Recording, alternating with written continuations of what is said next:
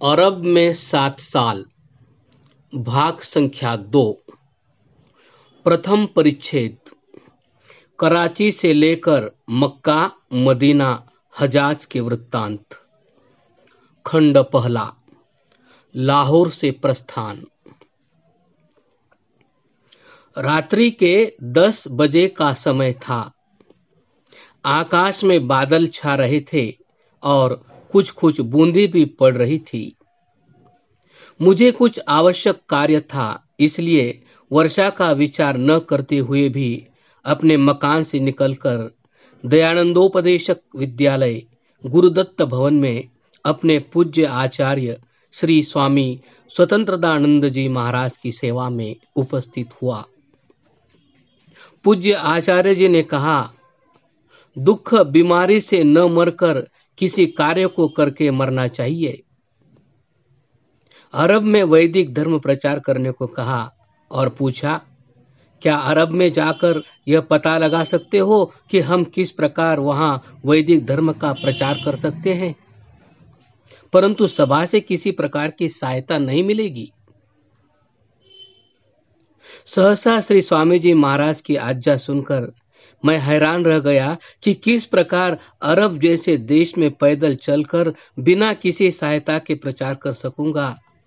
परंतु यह मेरे आचार्य देव की आज्ञा थी, इसलिए मैंने आज्ञा पालन करने के लिए चरणों में सिर झुका दिया।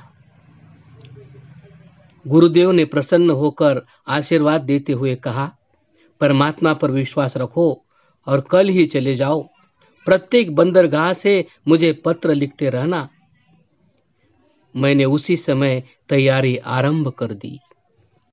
प्रातः संध्योपासना आदि से निवृत्त होकर 29 अप्रैल सन 1929 ईस्वी को लाहौर से कोयटा की ओर चल पड़ा, परंतु वहां से अरब जाने में सफलता प्राप्त न हुई, इसलिए कराची आ गया और यहाँ लंबी यात्रा की तैयारी में कुछ समय के लिए डेरा जमा दिया।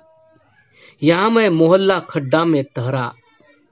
कभी कभी हाजी कैंप में हो आ जाता है। कई कारणों से मैंने यह उचित समझा कि दाढ़ी रख लूं, इसलिए दाढ़ी रखनी आरंभ कर दी। एक दिन मोहल्ला खड्डा में ईरान से एक दरवेश अर्थात साधु थल मार्ग से पैदल आया।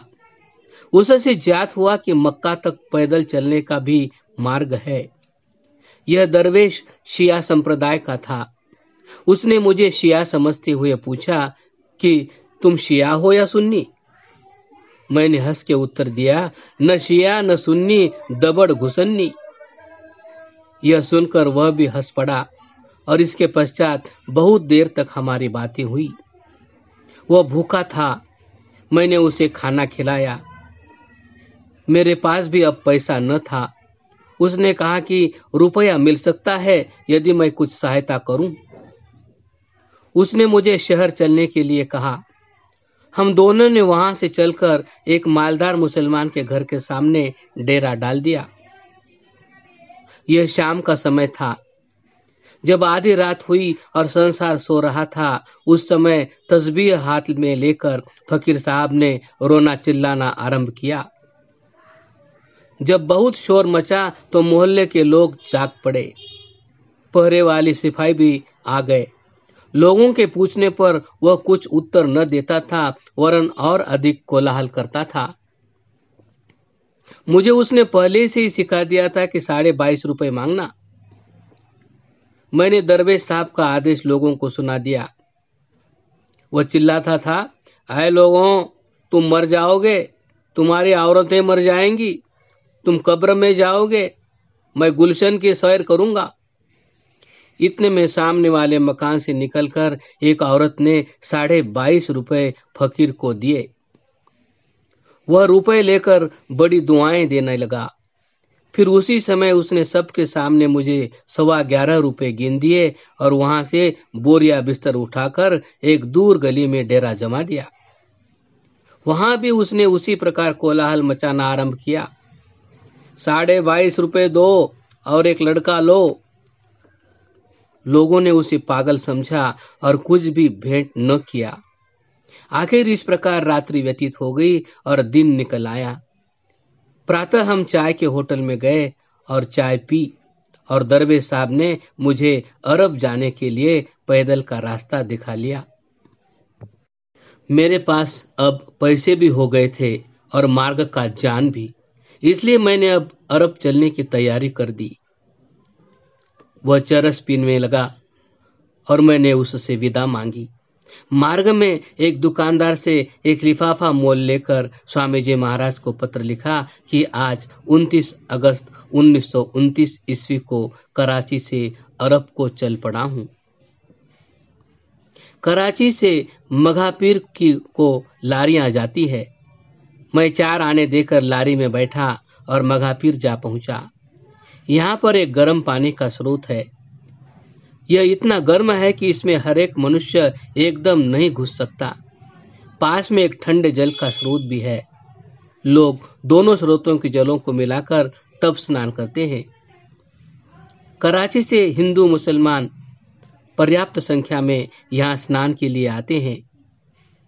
मैंने यहाँ स्नान किया और ईश्वरोपासना करने के उपरांत मनुष्यों के उस जमघट की ओर देखा जो वहाँ एकत्रित थे और खुशियां मना रहे थे।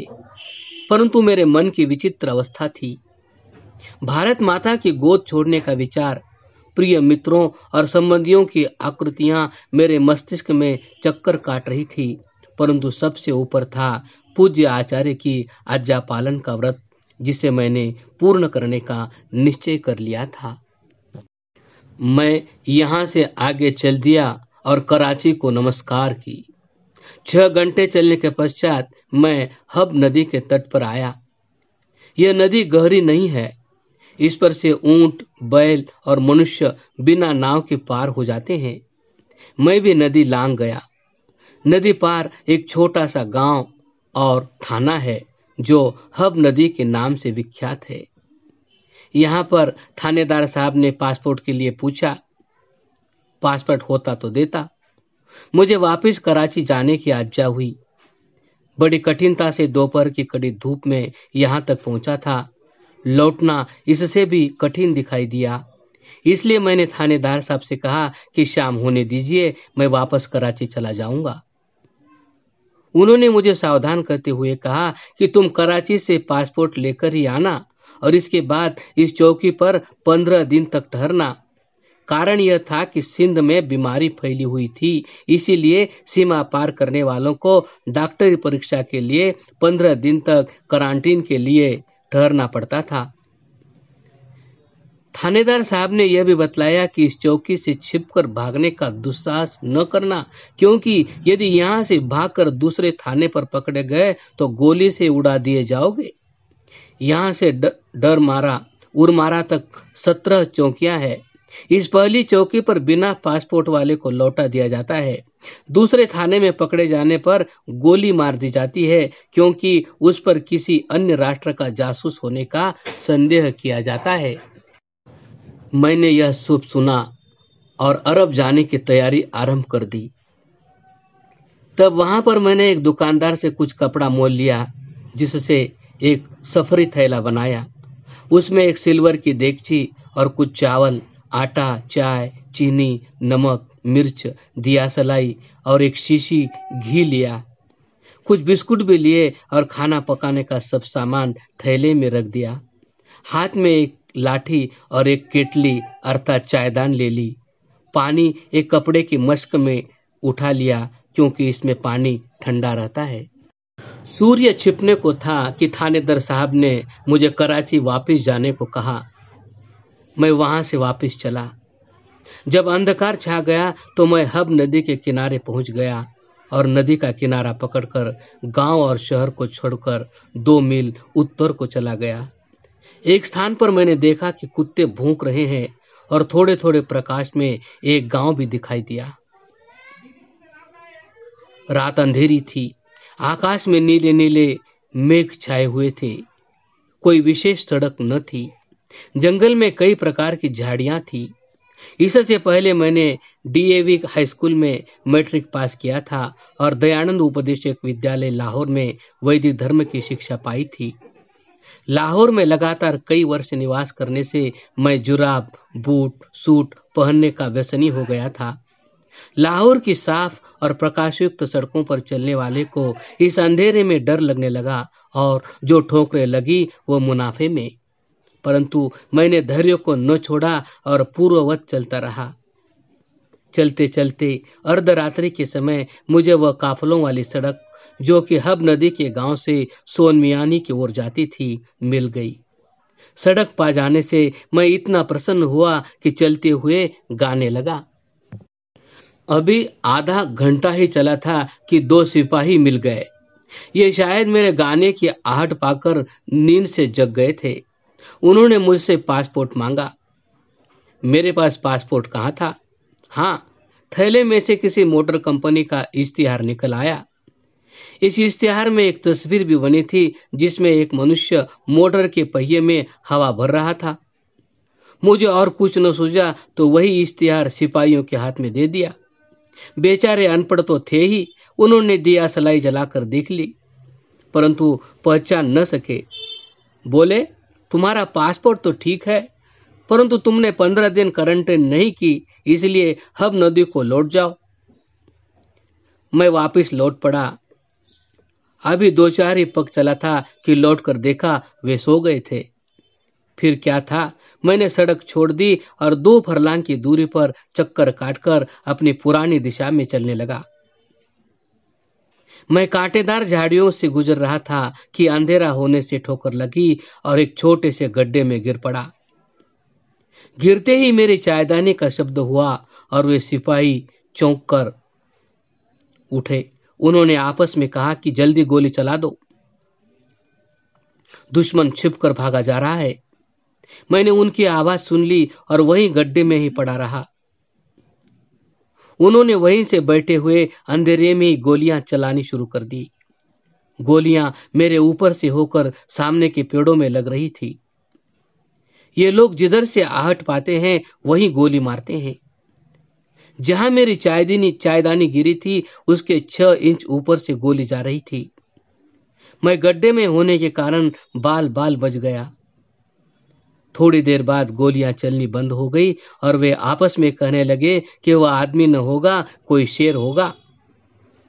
मैंने भी मन में कहा कि अवश्य शेर है। 15 मिनट तक तो वे वही बातें करते रहे, फिर सो गए। मैं वहां से धीरे धीरे सरकता हुआ फिर उसी सड़क पर पहुंच गया। यह सड़क पक्की तो नहीं है, परंतु आने जाने का मार्ग अवश्य है। सड़क पर चलते चलते प्रातःकाल का तारा निकल आया। इससे मैंने अनुमान किया कि सूर्य निकलने में अभी कोई आधा घंटा शेष है। दिन निकलते ही मुझे एक काफला मिला जो कि सोनमियानी की ओर से हब नदी को आ रहा था। मेरा भारतीय पहनावा देखते ही सब मुझसे यही कहते थे कि अब तुम दूसरे थाने में पहुंचते ही मार दिए जाओगे। काफला चला गया। मैंने शीघ्रता से कुछ लकड़ियां इकट्ठी करके आग जला ली और उस पर चायदानी रख दी। थोड़ी ही देर में पानी खोलने लगा और मैंने उसमें चाय छोड़ दी। चाय तैयार हो गई। इतने में एक बूढ़ा बलोच जो काफले के पीछे पीछे आ रहा था आग के पास आकर बैठ गया और अपनी चिलम भरकर पीने लगा। मैंने थैले से कुछ बिस्कुट निकाले और एक चाय का प्याला भरकर उसे दिया। इससे वह बड़ा प्रसन्न हुआ। अब उसने अरमारा तक जो 17 थाने मार्ग में पड़ते थे उनसे बचने का उपाय बतलाया। उसने अपने कपड़े मुझे पहना दिए और मेरे कपड़े स्वयं ओढ़ लिए। अब मेरी दाढ़ी अच्छी भली लंबी हो चुकी थी। सिर पर एक पुरानी तुर्की टोपी, उसके ऊपर एक गज लंबा मलमल का टुकड़ा बंधा हुआ था। टोपी के नीचे एक तिकोनी रुमाल और कोट का स्थान शेरवानी ने ले लिया था। धोती उतरकर पायजामा बन गई थी। पाँव में चप्पल थी। इसी भेष में मैं दूसरे ही दिन चल पड़ा और कई एक थाने छोड़ता हुआ तीसरे दिन सोनमियानी जा पहुंचा। इन दिनों वर्षा हो जाने से मार्ग में पानी हर स्थान पर मिल जाता था। मैं अपना खाना स्वयं ही बना लेता था और वहीं पानी छान कर पी जाता था। जब रात्रि जंगल में हो आ जाती थी तो सूर्य छिपने से प्रथम ही अपना डेरा जमा लेता था और कुछ लकड़ियां भी एकत्रित कर लेता था, जिन्हें रात्रि में जलाता था, क्योंकि अग्नि के समीप कोई जंगली जीव नहीं आता। चावल उबाल कर खाता और चाय पीकर सो जाता था। जितना सामान साथ लाया था वह अब समाप्त हो गया था। सोन मियाँ ने के पास बकरी चराने वालों से और सामान मंगवाया। यहाँ एक थाना भी है, जिससे 2 मील दूरी पर चक्कर काटकर मैं बचकर निकल गया।